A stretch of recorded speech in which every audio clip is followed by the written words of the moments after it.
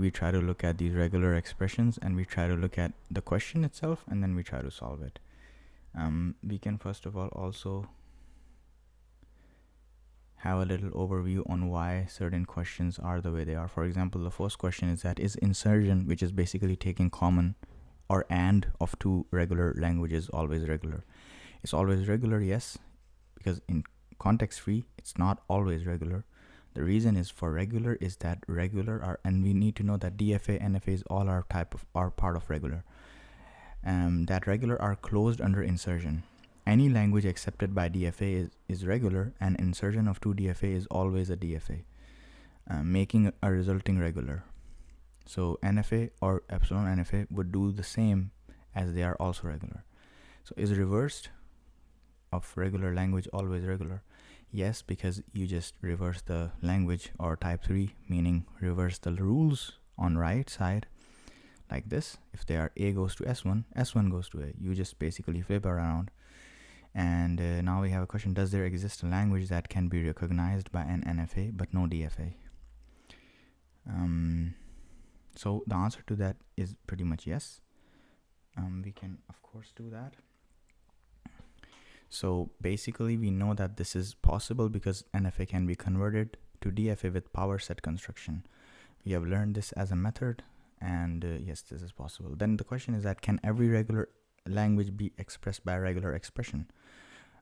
That's pretty much obvious, because the Nice theorem says that the class of regular language is equivalent to the class of languages defined by regular expression, meaning any DFA or NFA could be just converted into regular expression through the Nice theorem. These were the questions for the question and answer session that we have over here. We can have a look at it, and we already solved these questions. This one we did, this one we did, this one we did. So we did this we also did, this we also did. Then we need to understand that design a deterministic finite automation for the language. This one we need to design that word contains an even number of ones. Now we can have a clear look on this question.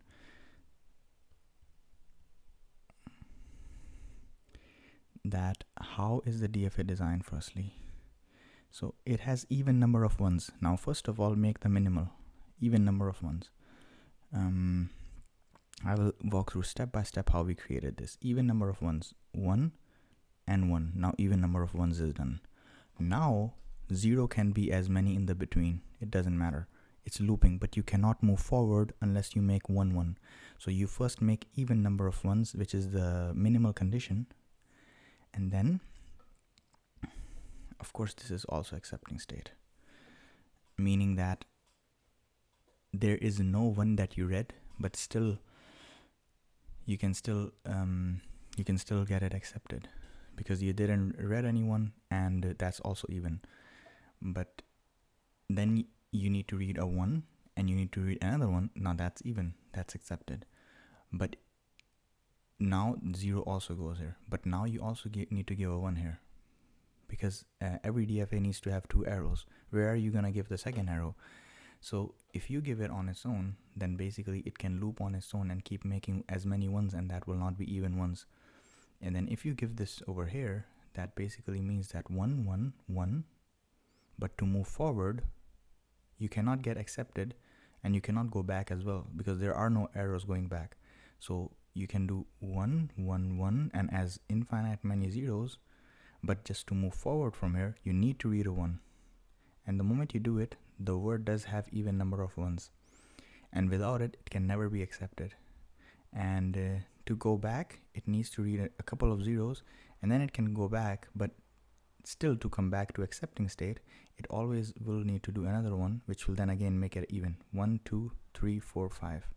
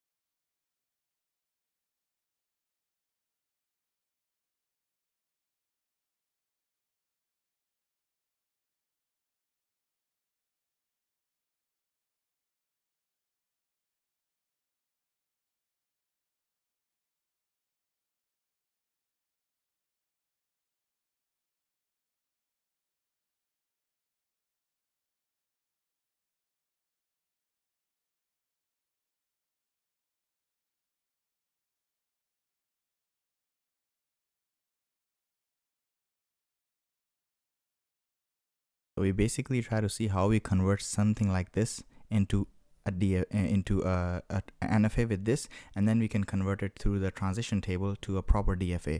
But because this is only 3 states, and anything with 3 state can possibly not be easily to do it that way easily, so what we do is that we first of all see this transition. It's just basically what we wrote. It is a table that we just copied here, and after copying the table here, what we said was that let's combine these two together, because we have to get rid of this epsilon. And when we combine these together, we said, okay, we definitely know that Q0, what is Q0 and Q1 doing? Now this is whole ambiguous. We are either in Q0 or in Q1. We don't know yet which one we are in. And in that way, we can say, okay, if we were in Q0, we would just read on its own a 0. But what Q1 does, that's the only thing that the Q0 does. That's the only thing. What is the job of Q0? It reads a 0 on its own. That's the only thing Q0 is doing. If you just remove the Q0 from this DFA, from this NFA, that's the only job it has, to read a 0 on its own. So imagine, let's assume we are in Q0, then we would just loop on its own. But if we were on Q1, then we would take a 1 to Q2. That's what we did. We take a 1 to Q2. Or how can we be sure that we are in Q1? We can only be sure because, see, these are the starting states in our case.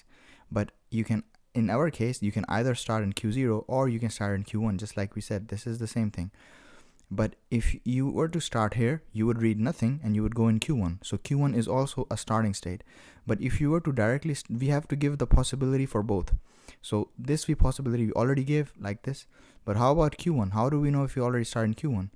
If you already start in Q1, it becomes very clear, because if you read something from here like a 0, then you change a state, then you definitely know that you're in Q1, because there is no other way to go in Q1 except for reading a 0 or reading a 1. So you read a 0 or you read a 1 and you become in Q1, then you definitely know that you're in Q1. And from there, you can just copy paste afterwards. Now I'm pretty sure that I'm Q1. If I'm pretty sure that, I say, okay, then I'm looping 1 on its own, then I'm doing what Q1 is doing. Q1 is going to Q2, reading a 1. So this is basically ambiguity, not really know which one we are in, but we just gave the possibility for everything. That's what a NFA does. That gives you the possibility.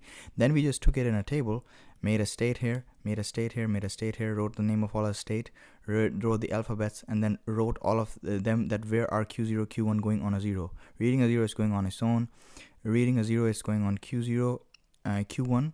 So reading a Q0, reading a 0 is going on its own. And then reading a 1, it's going on Q1 and Q2. Q1 and Q2. That's the two things it's going. So we write both of these states.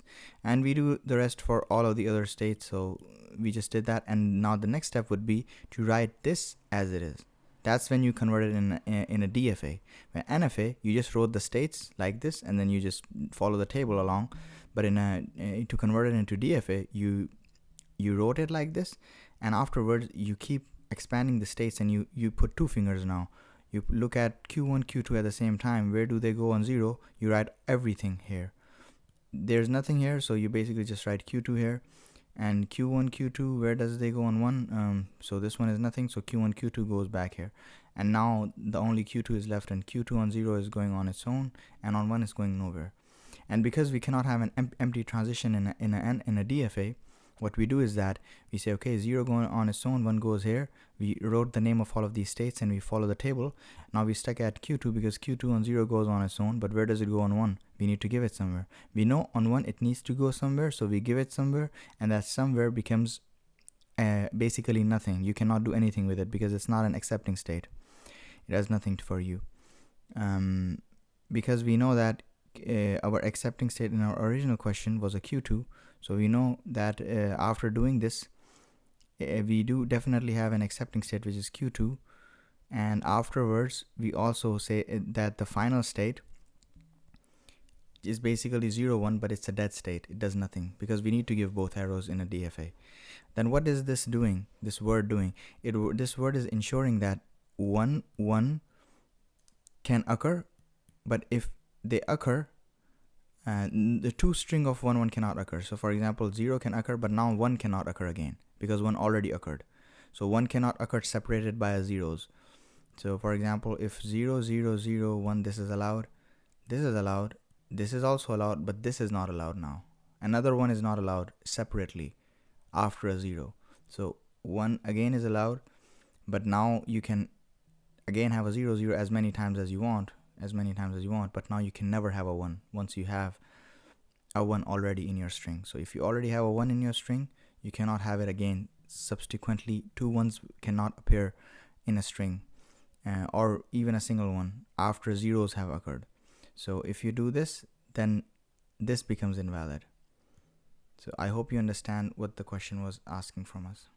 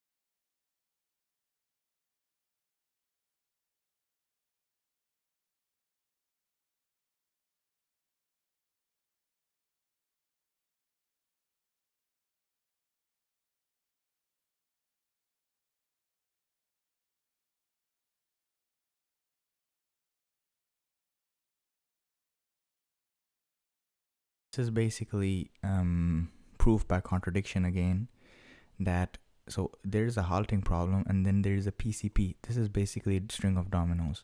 So what we know is that if there exists a decider for PCP, then that would give us a decider for halting. But because we know that it cannot exist for the halting, it doesn't also exist for PCP. This is proof by contradiction.